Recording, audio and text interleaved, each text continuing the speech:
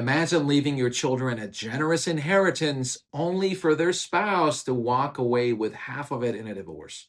Or worse, your assets end up with a new step parent after your spouse remarries. If you don't have the right protection in place, your estate could easily fall into the wrong hands. But don't worry, there are simple legal strategies to make sure your wealth stays with your family where it belongs. I'm Ali Talai, an estate planning and asset protection lawyer who founded Talai Law Offices.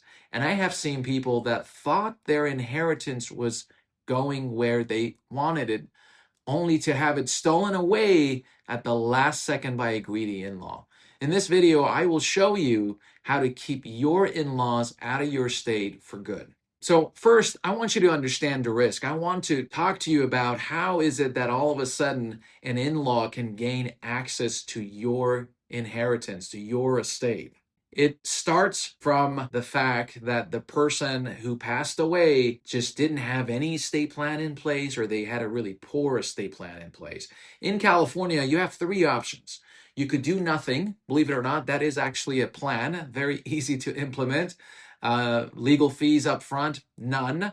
They'll get you at the end when you go to probate court or when the kids go to probate court. But that's one of the options. Every state has intestacy laws, and those laws determine how assets that a person owned before they passed away, how they are distributed if they don't have a will or a trust in place. However, thank God, you have the option to opt out of the estate version estate plan, and you could do a trust or a will. But that's one of the options. Option number two is that you could write a will. And the big difference between the two is that if you don't have a plan, state of California determines how your assets are divided. If you put a will together, you'll have the ability to write in there who is going to inherit your assets, what percentage they would get, those sort of things. However, keep in mind, option number one, doing nothing, and option number two, in most cases, after you have passed away, will require a court involvement, a probate court involvement. Option number three is having a trust in place, doing a trust-based estate plan. And when you do a trust-based estate plan, just like the will, that you have the ability to determine who is going to inherit your assets and how they would get it, we can set up this plan. If you have a estate plan that is based and uses a trust as the main document, we can completely avoid the whole process of probate. We could do a lot better planning. And then this whole point here of how do we get rid of our in-laws, the greedy in-laws, from gaining access to the estate is by having a properly drafted estate plan, a trust-based estate plan. And I'll explain that in a little bit. But so what happens in most cases, how the in-laws gain access, the parent doesn't do anything or doesn't have an estate plan in place, or if they do have something, is not really well thought out. They pass away. And now the inheritance are passing from the parents to the children, to their personal name. So let's just make it simple. Let's say there's only one account, a brokerage account worth $500,000. That asset goes from the parent's name to the child's name. What happens in most cases is that this money gets commingled with other funds that the child has, other saving accounts that they have, or maybe now they deposit their earnings, their paychecks into the same account. And now if, let's say, years later, the child ends up having to go through a divorce, there's a great chance that the child will lose half of that inheritance because the divorcing spouse will argue that this is now community property because the funds were commingled. And so that is one way that the child could lose half of the inheritance that you intended to leave to him or her. Another way that an in-law can gain access to the inheritance is that when the child passes away, if, let's say, parent passed away, the inheritance went to the child, and now we're saying the child passed away, that child's inheritance could be passed along to the surviving spouse. 100% of it, 50% of it, or at least 1/3 of it would go to the surviving spouse. And then imagine if the child's surviving spouse remarries. Now you got the entire inheritance, or at least 1/3 of it, going to someone that you've never met and you've never had any communication and definitely did not intend to benefit from your estate. That's how these issues come up. Luckily, there are ways to make sure that you draft your trust in such a way that we could eliminate these issues, and I'll talk to you about that in just a bit. All right, so let's talk about the use of an inheritance trust. An inheritance trust is a trust that you're going to create in your revocable living trust or in your trust for the beneficiary, for your children. At the end of every trust, when he gets to a place that now both spouses have passed away, there are two options. Option number one is to make distribution outright to the beneficiary, which is the one we don't want. That's the one that ends up causing all the problems, and that's the how the greedy in-laws could gain access to the assets.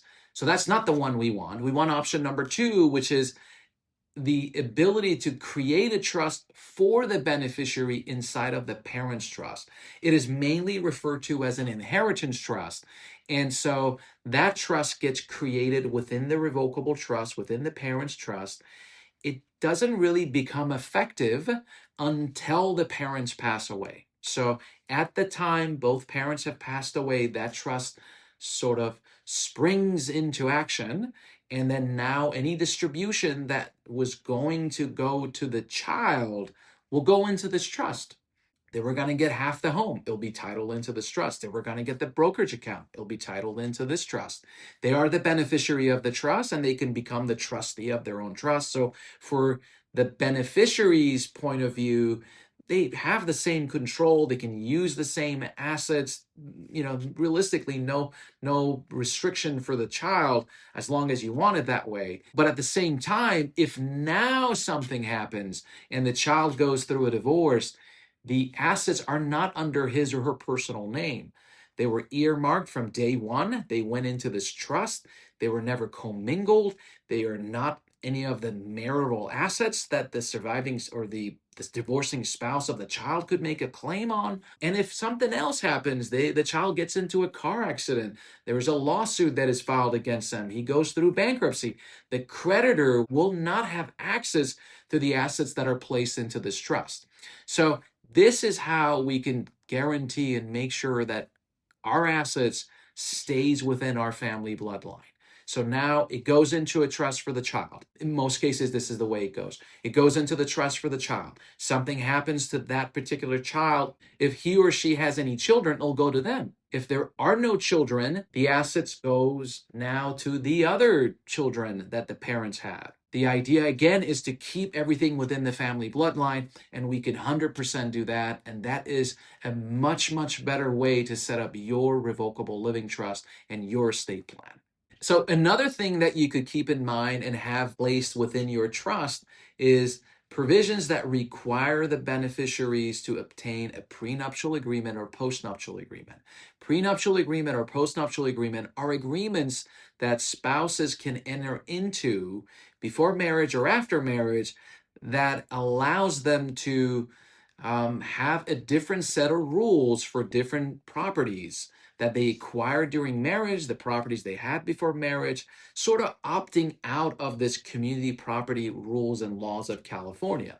And the reason this becomes important, it's really twofold. One is that it will make any argument that the spouse of my child could possibly have if they are going to go through a divorce, that this inheritance is a community property. In California, if I'm married and a parent passes away and I inherit something or they give me a gift, anybody could give me a gift. A gift or inheritance are considered to be separate property. I don't need a prenuptial agreement. I don't need a postnuptial agreement. Where the problem arises, in California, your time, your energy, and your effort, that is also considered a community property. So now if your child is going to work and earning money, and now if he takes that money and places it into a property that is a separate property because he inherited that property, that could cause an issue and that property could slowly become community property. The other thing is, let's say you have an apartment building and now you pass away and that apartment building goes to your children and they're spending their time, energy, and effort to manage this building, that is community property. So then again, that's the nuance with this community property laws. And that's how your children's spouse can gain access to the inheritance you leave for them, even if it's in an inheritance trust. So another provision that could be placed into the trust to make sure that the goal that we have here, to make sure the in-laws or stay away from the inheritance, is to require the child to enter into a prenuptial agreement before they get married, or if they're already married, they'll enter into a postnuptial agreement to kind of make it clear that the assets that are being inherited are to stay as their separate property, and that their time, energy, and effort is going to be considered as separate property. That's one. The other reason we want to have that in there, and a lot of times, at least the cases I've been involved with, the divorcing spouse, the child's divorcing spouse, a lot of time they say, okay, no, I agree that that was, inheritance that my spouse had received from his or her parents. That's separate property. I don't need that. I'm not asking anything. But in determining child support, in determining alimony, this inheritance, let's say it's an apartment building, let's say it makes $10,000, $20,000 of income every month. What I've seen the opposing side or the divorcing spouse argue, they want to argue that when the court is going to calculate how much child support is supposed to be paid or how much alimony is supposed to be paid, they want the income from that inheritance to be included in the calculation. And so now in the prenuptial agreement and postnuptial agreement, that agreement is drafted in such a way that excludes any income to be calculated, any income from this inheritance to be calculated for child support and alimony. That becomes a key factor when we're drafting these trusts. And if we're going to have provisions like that, it has to be written in the trust. And also, when the prenuptial agreement and postnuptial agreement is actually written, we would want to make sure it has those provisions in there. Lastly, protection against remarriage after you pass away.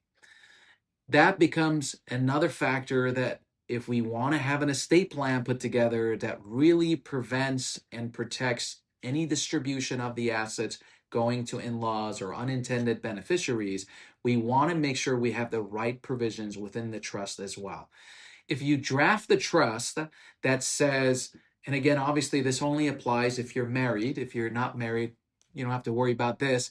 But if you're married, you're in California, again, a lot of times the assets acquired during marriage, if there are no prenuptial agreements or postnuptial agreements and they're not inheritance or gift, they're considered to be community property. So now when the first spouse passes away, if you do a very simple estate plan, a lot of times what it'll say is that at the time the first spouse passes away, everything goes to the surviving spouse. And then when it goes into the surviving spouse, what that means is that the surviving spouse will have 100% control. And now, sometimes that's not a problem. Sometimes people say, we've been together for a very long time. We've been together for 40 years. We have children from the same marriage. We're not too worried about that. However, let me show you where the problem comes from. First spouse passes away. All the assets goes to the surviving spouse. The surviving spouse remarries. And now he or she, let's say maybe they don't do a great deal of estate planning with the new spouse. The concern is that now if your surviving spouse passes away, there's a great chance that a portion of this inheritance and your assets that you had could now pass along to individuals that you've never met. That's why we want to make sure we have a more comprehensive provision within the trust. Even if you have a family that has been together for a long time, long marriage, and children from the same marriage, a better way to plan is that we can have a trust built in to this trust, to your revocable living trust, that holds the assets that belong to the spouse that passed away.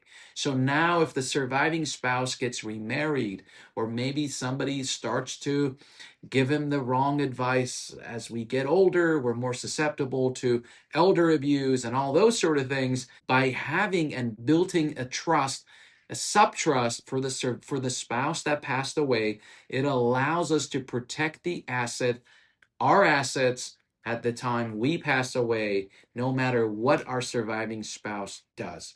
And I can guarantee that at least my portion of the estate would go to my children.